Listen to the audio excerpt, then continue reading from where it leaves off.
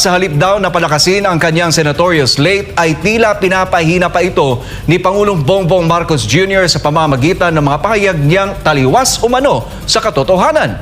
Ayon kay PDP Laban Western Visayas Secretary Rich Piad, puro kasinungalingan lamang daw kasi ang sinasabi ng Pangulo sa kanyang kampanya. Walang kredibilidad.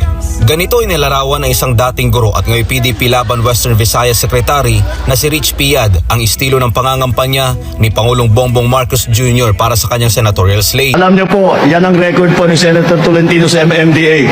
Nung nasa Leyte kami, nasa Tacloban kami, walang dumadating po na tulong.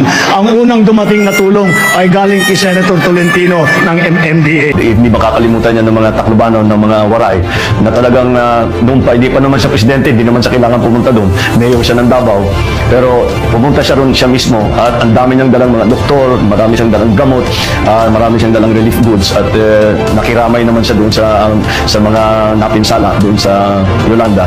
At hanggang ngayon hindi namin makalimutan yon at panay ang pasalamat pa rin ng mga Waray, ng mga Taclobanon sa kanyang tulong at sa kanyang malasakit na ipinakita sa mga naging biktima ng Yolanda. Galit na galit ako sa mga kawatan na nagdanakaw, nagsasamantala sa ating gobyerno. Pag nakikita ko na may pamilya na naghihirap, yan ay kadahilanan ng mga kawatan dyan sa gobyerno.